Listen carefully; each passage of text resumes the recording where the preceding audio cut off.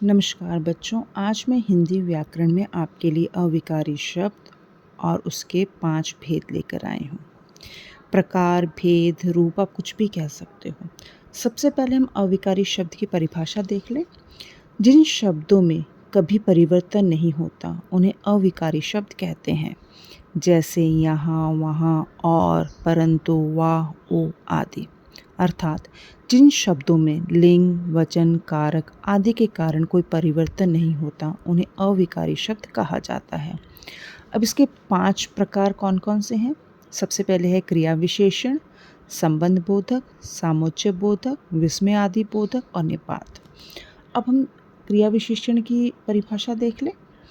क्रिया विशेषण 2 शब्दों के मेल से बना है, क्रिया प्लस विशेषण। अर्थात जो शब्द क्रिया की विशेषता बताते उन्हें क्रिया विशेषण कहते हैं। उदाहरण देखते हैं। बच्चे ध्यानपूर्वक अध्यापिका की बात सुन रहे हैं। अब यहाँ पे क्या है? ध्यानपूर्वक, ये क्रिया की विशेषता बता रहा है, ठीक है, इसलिए क्रिया विशेषण है। चीता तेज दौड़ता है, तेज इसमें क्या है? क्रिया विशेषण है, क्योंकि ये क्रिया की विशेषता बता रहा है। मैं प्रतिदिन व्यायाम करती हूँ। अब प्रतिदिन इसमें क्या है? क्रिया विशेषण है। अब दूसरा हमारा है संबंध बोधक। जो अव्यय शब्द संज्ञा या सर्वनाम के साथ आकर उनका संबंध वाक्य के दूसरे शब्दों से जोड़ते हैं, वे संबंध बोधक कहलाते हैं। उदाहरण देखते हैं। पेड़ के नीचे शेर बैठा है, ठीक है। पेड़ के नीचे इसमें क्या है? संबंध बोधक है, क्योंकि वो पेड़ और शेर के बीच संबंध बता रहा है। अब विद्यालय के चारों ओर बगीचा है।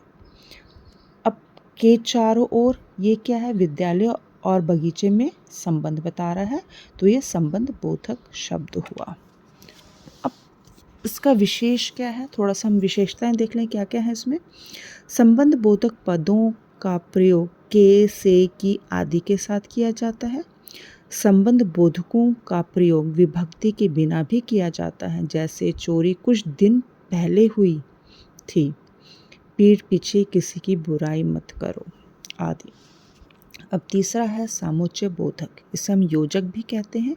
जो अव्यय शब्द 2 पदों तथा उपवाक्यों को जोड़ते हैं वे समोच्च बोधक कहलाते हैं। उदाहरण देखते हैं। परिश्रम करो ताकि परीक्षा में सफल हो सको। अब ताकि शब्द जो है ये समुच्च बोधक है। ये 2 वाक्यों को देखिए आप आपस में जोड़ रहा है ना। परिश्रम करो ताकि परीक्षा में सफल हो सको, तो ताकि हमारा क्या हो गया? समुच्च बोधक हो गया। अब दूसरा उदाहरण देखते हैं। उसने परिश्रम किया परंतु सफल नहीं हुआ। परंतु क्या है? अब ये 2 वाक्यों को आपस में जोड़ रहा है, तो परंतु हमारा समुच्च बोधक हुआ। मोहन ने कहा कि आराम हराम है। अब की क्या है यहाँ पे? सामोच्च बोधक है। सभी जानते हैं कि रावण और विभीषण भाई भाई थे। की और यहाँ पे क्या है? सामोच्च बोधक है। अब चौथा है विस्मय आदि बोधक। आश्चर्य, शोक, घृणा, प्रसन्नता आदि मनोभावों को व्यक्त करने वाले अव्यय को विस्मय आदि बोधक कहते हैं। उदाहरण देखते हैं। अरे तुम इतनी जल्दी कैसे आ गए? काश मैं भी तुम्हारे साथ चलती। उफ, गर्मी के मारे जान निकल रही है। अच्छा, 5वां हमारा है निपात। कुछ अविकारी शब्द वाक्य में संज्ञा, सर्वनाम, विशेषण या क्रिया विशेषण के साथ बल देने के लिए लाए जाते हैं, उन्हें निपात कहते हैं। जैसे ही, भी, भर, तक, मात्र, तो, केवल, सिर्फ, लगभग, मत, हाँ आदि।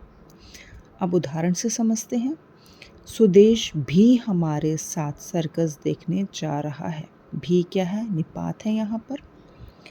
तुम भी आ सकते हो।